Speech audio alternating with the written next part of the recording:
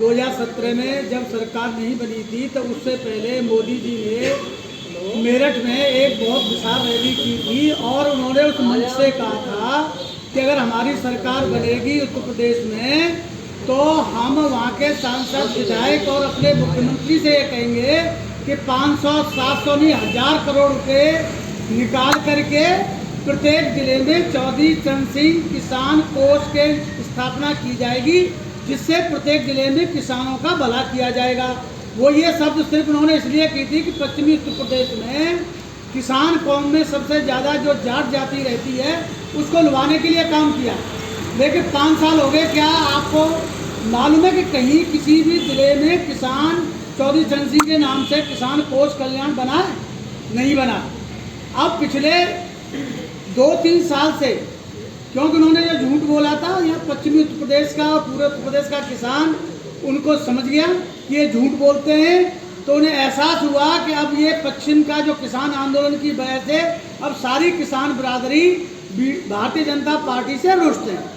तो उन्होंने एक शो पर राजा महेंद्र प्रताप के नाम पर चला। 2 साल हो गई। 2019 में इसी सरकार ने पहले शिलान्यास की घोषणा की लोकसभा चुनाव से पहले, लेकिन 2 साल हो गए, अभी शिलान्यास की घोषणा के बाद में जो अभी परसों शिलान्यास किया है अभी उसकी जमीन का भी अधिग्रहण पूरा नहीं हुआ है। तो अभी उसमें भी शक है कि ये राजा साहब के नाम पर ये विश्वविद्यालय बनेगा या नहीं बनेगा। हमारी ये मांग है कि ऑलरेडी पहले से राजा साहब के नाम पर वृंदावन में एक विश्वविद्यालय है जो बहुत क्षीण अवस्था में है, उसका कोई संचालन नहीं है। पहले उसको दुरुस्त करें, उसका संचालन सही रूप से कराएं। और राजा साहब को उन्होंने एक जाति विशेष के नाम से जो आंका है वो भी उनका गलत है। राजा साहब जाति के घोर विरोधी थे, वो आरएसएस के बहुत विरोधी थे और वो हिंदुस्तान नहीं बल्कि पूरी दुनिया में एकमात्र ऐसा राजा हुआ जिसने अपनी पूरी संपत्ति देश की सरकार को सौंप दी और यहाँ से वो चले गए अपने छोटे बच्चे और बीवी को छोड़ करके।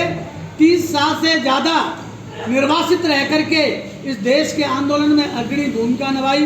उन्होंने एक सम्मिलित सरकार बनी जिसके वो स्वघोषित राष्ट्रपति थे और उसके बाद में जब वो ये देश में यहाँ पर आए, उनके नाम पर तमाम स्वर्गीय चौधरी चरण सिंह जी ने उनको बहुत ही ये कहा था कि आप एक ऐसे विश्व के नेता हैं जिन्होंने इस देश के लिए इतनी बड़ी लड़ाई लड़ी है, इतना त्याग किया है। बीजेपी ने कभी राजा साहब का सम्मान नहीं किया। ये भी एक शगोफा साबित होगा, देख लेना आप। ये विश्वविद्यालय बन जाए तो बहुत बड़ी बात है।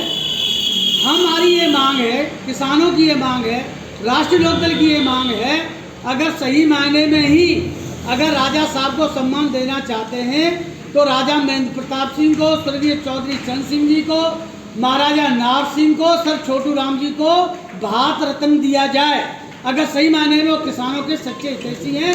नहीं तो बार बार मोदी जी इसी जगह से झूठ बोलते हैं। इन्हें ये मालूम पड़ गया है कि अब बीजेपी की सरकार उत्तर प्रदेश में दोबारा बनने वाली नहीं है। आगामी 2022 में ये सरकार यहाँ से विदा हो जाएगी। सारा का सारा किसान, चाहे वो किसी भी जाति से संबंध रखता हो, चाहे वो जाट हो, चाहे ठाकुर हो, चाहे ब्राह्मण हो, चाहे गूजर हो, चाहे कुशवा हो, चाहे बघेल हो, चाहे सैनी हो, किसी भी जाति से वो संबंध रखता हो, वो सारे के सारे लोगों ने आज दृढ़ निश्चय कर लिया है कि भारतीय जनता पार्टी को अब लखनऊ से और 2024 में दिल्ली से विदा करना है। यही हमारा कहना है।